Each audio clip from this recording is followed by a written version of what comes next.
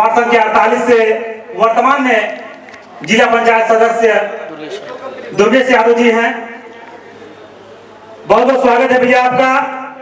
चूंकि वर्तमान में आप हैं तो कुछ सवाल भी ऐसे होंगे जो कहीं ना कहीं वर्तमान और जो बीत गया है कैसा चल रहा है आपका और भविष्य में जो आपने तैयारी की है उस पर भी हमारा सवाल होगा। बहुत बहुत स्वागत है भैया आपका। धन्यवाद आप दोनों भाइयों को, आपके चैनल के सभी दर्शकों को बहुत बहुत धन्यवाद। वैसे तो आप सभी हमारा कॉन्सेप्ट जानते ही हैं कि जब भी चुनाव आता है तमाम जनप्रतिनिधि चुनाव लड़ते हैं, लेकिन वो चुनाव क्यों लड़ते हैं, वो कितने वादे करते हैं, कौन से वादे पूरे होते हैं और कौन से अधूरे रह जाते हैं, ये जानने की कोशिश ही नेताजी कटघरे की वाकई में असली मुहिम है। तो आज क्योंकि नेताजी कटघरे का ये दूसरा एपिसोड जिसमें वार्ड संख्या 48 से जिला पंचायत प्रत्याशी दुर्गेश यादव जी हैं, आपको बताना चाहूंगा कि परिसीमन के बाद वार्ड संख्या 48 वार्ड संख्या 47 बन चुकी है। क्यों दुर्गेश भैया? जी। और इसी वजह से आज हम उनसे कुछ सवालात करेंगे। सबसे पहले कैसे हैं आप? जी बहुत अच्छे हैं। आपसे मुझे बहुत सारे सवाल पूछने हैं, लेकिन उस शो की शुरुआत करने से पहले बहुत बहुत स्वागत आपका। तो चलिए शो की शुरुआत करते हैं। चूंकि पहला सवाल हमारा ये होगा, चूंकि वर्तमान में आप जिला पंचायत सदस्य हैं और तैयारी भी कर रहे हैं, तो पिछला जो चुनाव का समय आपने बिताया है और वर्तमान में आने वाला है, कितना फर्क है? पिछला तो बहुत अच्छा रहा है। हमसे जितना बना, जो भी बना, हमने बेहतर करने का प्रयास किया और बेहतर किया भी, और आगे जो भी होगा बेहतर होगा। मुझे पता है आप बेहतर से बेहतरीन की तरफ जाएंगे, लेकिन उससे पहले कई सवालों के जवाब देने होंगे। पहला सवाल, वार्ड संख्या 47 से आप जिला पंचायत प्रत्याशी हैं। वार्ड संख्या 48 से जिला पंचायत सदस्य होने के बावजूद वार्ड संख्या 47 से लड़ना क्यों पड़ रहा है? दोबारा क्यों चुनाव लड़ रहे हैं? क्या ऐसे मुद्दे हैं जो वाकई में पूरे नहीं हुए? मैं आपसे जानना चाहता हूं। जी, जनता की मांग है कि एक बार आप और लड़ें, हमारे समर्थकों की, हमसे जुड़े लोगों की, और हमारे भी कुछ काम अधूरे रह गए हैं क्या जिनको पूरा करना है।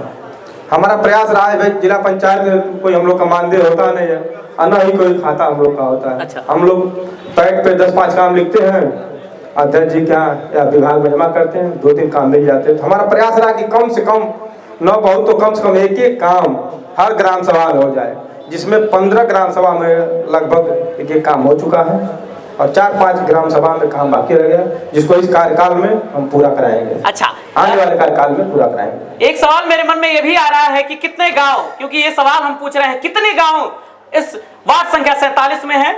आप लगातार जनता के बीच जा रहे होंगे। ग्राम सभाएं तो 20 थी और गाँव देखेंगे 50 के करीब गाँव है। कैसा रिस्पॉन्स मिल रहा है? अच्छा मिला है। हम हमेशा उपस्थित रहते, 24 घंटा, जब भी कोई फोन करे, जब भी कोई मिलना चाहे, हम हमेशा उपस्थित रहते, इसलिए रिस्पांस अच्छा मिला है। देखा जाए वर्तमान समय में आपने कहा कि रिस्पांस बहुत ही अच्छा मिल रहा है, लेकिन सबसे खास बात यह है कि कुछ आपके मुद्दे रहे होंगे। वो कौन से ऐसे 5 मुद्दे हैं जो इस बार अगर आप जिला पंचायत बनते हैं तो सबसे पहले पूरे करेंगे? देखिए, मुद्दा सिर्फ विकास है, नालियाँ और रास्ते, अभी गाँव में बहुत समस्याएं हैं, फिर मौका मिलेगा तो उनको बेहतर किया जाएगा। लेकिन जब आप विकास की बात करते हैं तो एक सवाल और भी आता है कि अभी क्या क्या ऐसे काम हुए हैं जिन्हें आप बताना चाहेंगे जनता के बीच, जो आपने वार्ड संख्या 48 में कराए हैं? मैं रकहट में हम RCC कार्य कराए हैं, हम गढ़ई में 500 मीटर खरंजा कार्य कराए जो श्री रामपुर और गढ़ई को जोड़ता है, और गढ़ई दलित बस्ती में हम RCC कार्य कराए हैं। इसी तरह अरौली में कार्य हमारा होने जा रहा है। हम मुहाजलकर में पंडितपुर टोला पे काम कराए हैं, सत्यनारायण मढ़ई जो टोला है 210 मीटर हम वहाँ काम कराए हैं। जवनिया से सोन पार वाले आने वाले बंधे पे कच्चा रास्ता हुआ करता था और बाढ़ में वही रास्ता चलता भी था। हमारा ध्यान उस पर था कि उसको हम पूरा कराएं, तो खरंजा का कार्य वो भी पूरा हो गया है।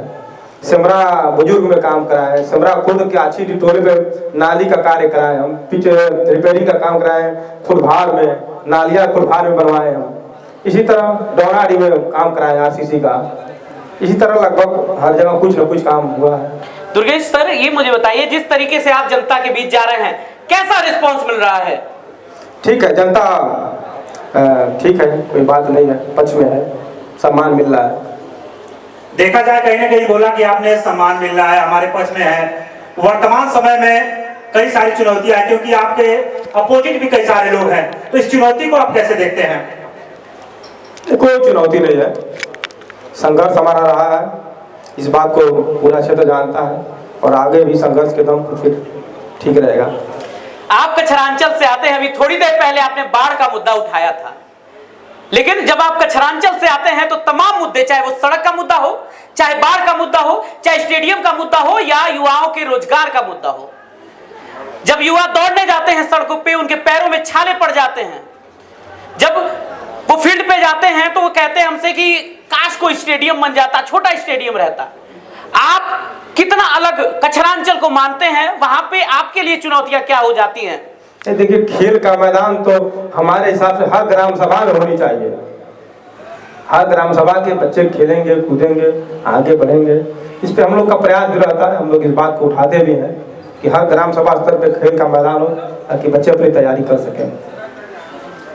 देखा जाए कहीं ना कहीं आप ग्राम सभा में खेल के मैदान की बात कर रहे हैं, एक जिला पंचायत सदस्य होने के नाते इस भूमिका को कैसे आप देखते हैं? जो प्राथमिकताएं आपको मिली हैं, जैसे आप पहले से हैं, तो इसको कैसे आप देखते हैं? नहीं, पहले से हैं हम, तो जो भी हमसे बनता है, जो भी हमारा प्रयास है, हमेशा निरंतर करने के लिए प्रयासरत रहते हैं। अच्छा, बाकी बहुत सारे कहीं ना कहीं जनप्रतिनिधि घूम रहे हैं, जनता के बीच जा रहे हैं, जनता के सवालों का जवाब वो दे रहे हैं, कई लोग तमाम तरह के मुद्दे उठा रहे हैं, लेकिन आप उनसे कितने अलग हैं?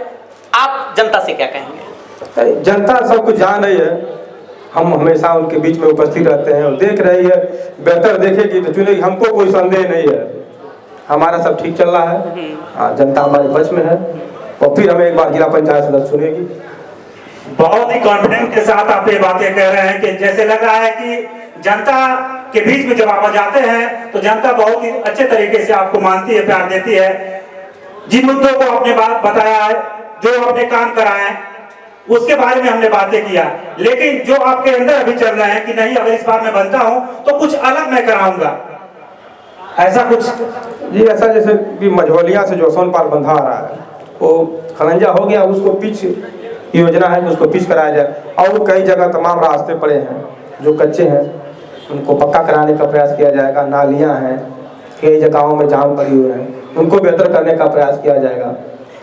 जी, एक सवाल और भी आता है मेरे सामने, मंच पे उन्नति academy, Radhika senior secondary sir, और एक पीछे एक्सेल क्लासेस और एक्सीलेंट क्लासेस, तमाम ऐसे विद्यालय हैं जो इस क्षेत्र में कहीं ना कहीं चर्चा का विषय हमेशा बनते रहते हैं। लेकिन मैं आपको एक चीज बताना चाहूंगा, वो चीज ये है कि दुर्गेश यादव जी की राजनीति की शुरुआत छात्र राजनीति से हुई थी, और छात्र का जीवन आप लोगों से अच्छा कौन बैठ के बता पाएगा, चाहे वो एसपी सर, संतोष सर और धर्मेंद्र सर तो सामने हैं।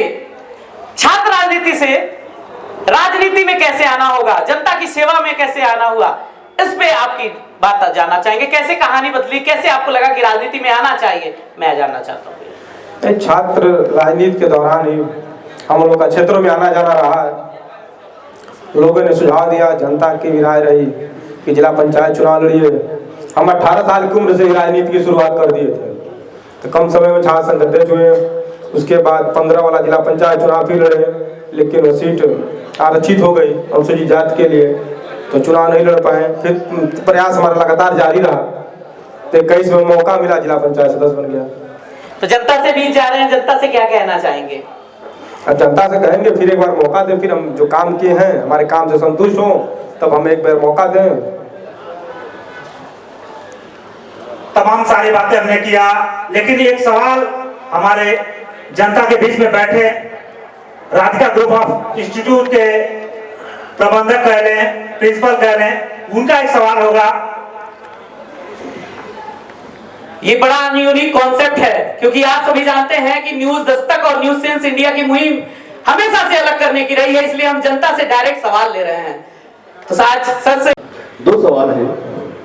आप जब समस्याओं को देखते हैं और उनको जो वादा करते हैं, तो आप समस्याओं के स्वरूप को देखते हैं या संसाधन की व्यवस्था को देखते हैं? किस आधार पर आप उनसे वादा करते हैं? और जो भी आप वादा करते हैं, क्यों ना इसको एफिडेविट बना करके एक कोर्ट में देना चाहिए कि अगर हम ये सब कर लेते हैं, नहीं पूरा कर पाते हैं, तो इसके लिए हमसे वापस पैसा वापस दिया जाए और जो भी व्यवस्था दी गई है उसका खर्चा वापस दिया जाए।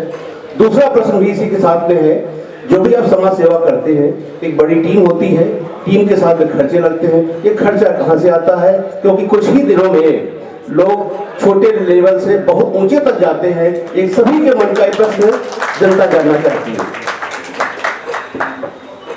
जैसा सर जी आप जानते हैं कि हम छात्र जीवन से ही राजनीति कर रहे हैं और काम का वादा हम वही करते हैं जो जिला पंचायत है, तो जिला पंचायत की क्षमता वाला ही काम का वादा करते हैं। यानी जिला पंचायत में वादा करते विधायक पे काम जैसा और सांसद के काम के जैसा। मेरी विधायक तो कहते ही हैं जिला पंचायत। हाँ, तो जो क्षमता जिला पंचायत की जो भी क्षमता रहती है उसी हिसाब से मैं वादा करता हूँ। उस तरह का कोई वादा नहीं करता हूँ कि मैं पुल बनवा दूंगा, ये बनवा दूंगा, इस तरह का हम कोई वादा करते भी नहीं है कि जनता के बीच में जाकर फिर मुंह की खानी पड़े। जमीन से जुड़े हुए नेता आप हैं दुर्गेश जी, आपने हमारी बातों का जवाब दिया, जनता की बातों का जवाब दिया, इसके लिए बहुत बहुत धन्यवाद आपका। वैसे तो आप कटघरे में आज हैं, लेकिन सवाल कई तीखे हमेशा से थे, मन में बहुत सारे सवाल चल रहे थे। जनता के तमाम सवालों का आपने जवाब दिया, हमारे सवालों के जवाब दिए। आपका बहुत बहुत धन्यवाद। दुर्गेश यादव जी, वार्ड संख्या 47 से जिला पंचायत प्रत्याशी, वो जनता के बीच जा रहे हैं, जनता के सवाल ले रहे हैं, उनके वायदे पूरे कर रहे हैं। एक बार तालियां, बहुत बहुत धन्यवाद, आपने अपना कीमती समय दिया।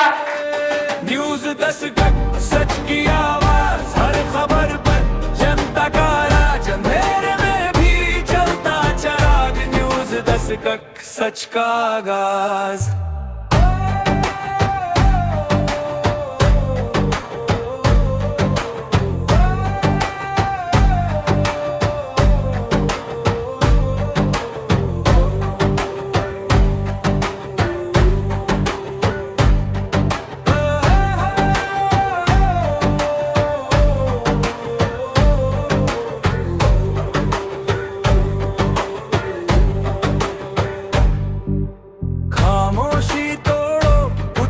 सवाल, हर जवाब में छुपा है कमाल। भीड़ के पीछे मत खोना खुद को, सच का हाथ थामो, भरोसा रखो। न्यूज़ 10 सच की आवाज, हर खबर पर जनता का राज, अंधेरे में भी चलता चिराग। न्यूज़ 10 सच का आगाज।